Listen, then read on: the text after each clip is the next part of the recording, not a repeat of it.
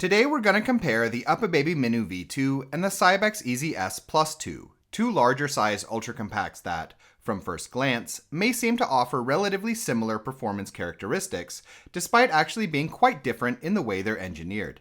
So let's jump straight into it then, looking at the advantages and disadvantages of each model in turn, and focusing on their differences in terms of child comfort, ease of use, longevity, and driving characteristics, before ending with a discussion of under what conditions and uses one might make a better purchase over the other.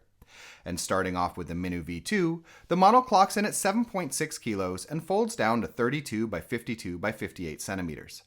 When it comes to child comfort, the Minu V2 seat has great dimensions overall, in terms of its ability to carry a larger child, but it's important to note that the dimensions of the actual sitting surface, 45 centimeters for the seat back, 22 for the baseboard, and 13 for the adjustable leg rest, are on the shorter side, meaning that the reclined position will be less comfortable past around 2 years old or so, both in terms of leg and, for taller children, head support.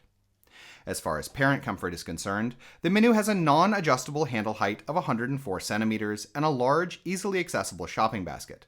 Folding the model can be easily accomplished with one hand, and the thicker than average bars and rigid construction of the chassis makes the process feel quite sturdy. When folded down, the Minu is unfortunately a bit too bulky to fit within the IATA's guidelines for cabin luggage, meaning that you'll likely have to gate check it with a lot of airlines. For carrying, the model has both a handle and a shoulder strap. Looking at longevity, the Minu has a simply designed and sturdy folding system and a strong, reinforced chassis structure that has proven itself, with the original Minu, to hold up very well without substantial loosening over time. It does have a bit of an Achilles heel in its brake system, which occasionally runs into problems down the line, in particular if it's not lubricated regularly, though note that if this does happen, it's not too difficult or costly to replace the brake wire. And with this one factor aside, the truth is that the Minu is more ruggedly built than most other ultra compacts, and is capable of being pushed around a bit harder as a result. Lastly, when it comes to the model's driving characteristics, the Minu has above average suspension for a model of its size and a bit larger than average rear wheels as well, in comparison to the wider market for ultra compacts, giving it the ability to handle gravel, dirt roads, broken sidewalks, and so on, without either feeling too jittery thanks to that shock absorption, as well as without risk of loosening up too much as a result of wear if you need to traverse such conditions as an everyday thing. Alright, moving on, the Eezy S Plus 2 weighs in at the same 7.6 kilos and folds down to a somewhat similar 61.5 by 45 by 43 centimeters and has nearly identical seat dimensions, with a slightly narrower but deeper baseboard, a leg rest of identical length, and only a couple more centimeters for the seat back length, meaning that, as with the Minu, the Eezy S Plus 2 will provide a comfortable reclined position for the early toddler phase, but will be a bit less comfortable when reclined for older children who have outgrown the headrest.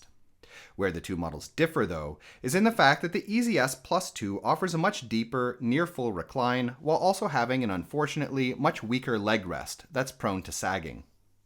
When it comes to parent comfort, the Eezy S Plus 2's handle stands at an only slightly higher 105 centimeters, while the shopping basket, though decently sized, is a bit less weight capable, 5 kilos versus the Minu's 9, and also somewhat less accessible.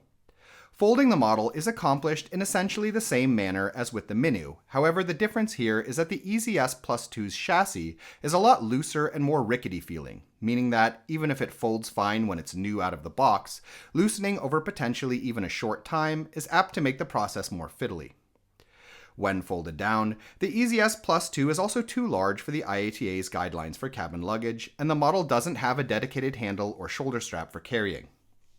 When it comes to longevity, this is where the Eezy S Plus 2 really fails in comparison to the Minu, where, despite having the one positive of a simpler brake system, the model's thinner bars, weaker hinges, connection points, and internal mechanisms, less substantial cross support, and the fact that it's simply constructed with a greater number of separate structural components overall, all make for a greater potential for braking, unpleasant loosening, and symmetry issues. Looking lastly at driving, the Eezy S Plus 2 has roughly equally good suspension to the Minu V2, and also has significantly larger wheels, giving it an edge for handling even rougher cobblestones and off-road conditions, better than the Minu. Though it's important to note here that use in such conditions will significantly accelerate wear to the model's weaker chassis. So, which of these models should you get then? That depends a bit on your circumstances. From a durability perspective, the Minu V2 is a much superior model. So if you're looking for a daily use stroller that you plan on using for the entirety of your child's stroller years, or even for multiple children, then it's the better option in my opinion. That being said, the Eezy S Plus 2 does have 3 distinct advantages over the Minu. Firstly, in its near-flat recline, where you could add a cocoon and use it with a newborn. Secondly, in its increased terrain capability, where it would be better to have at a rougher vacation destination, for example. And lastly, with the price, where, though here in Norway the models unfortunately cost the same, in other parts of the world, such as the US for example, the price difference is huge, making the Eezy S Plus 2 quite attractive if you're more in the market for a quick and easy, potentially use and throw away, terrain-capable ultra-compact for more limited holiday use.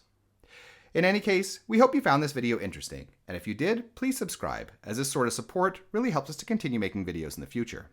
In addition, if you're currently shopping for a stroller, we have a buyer's guide on our Patreon page which lists a wide range of models we recommend, with a lot of technical and lifestyle related information. You can find it by following the link in the description as well. Thank you.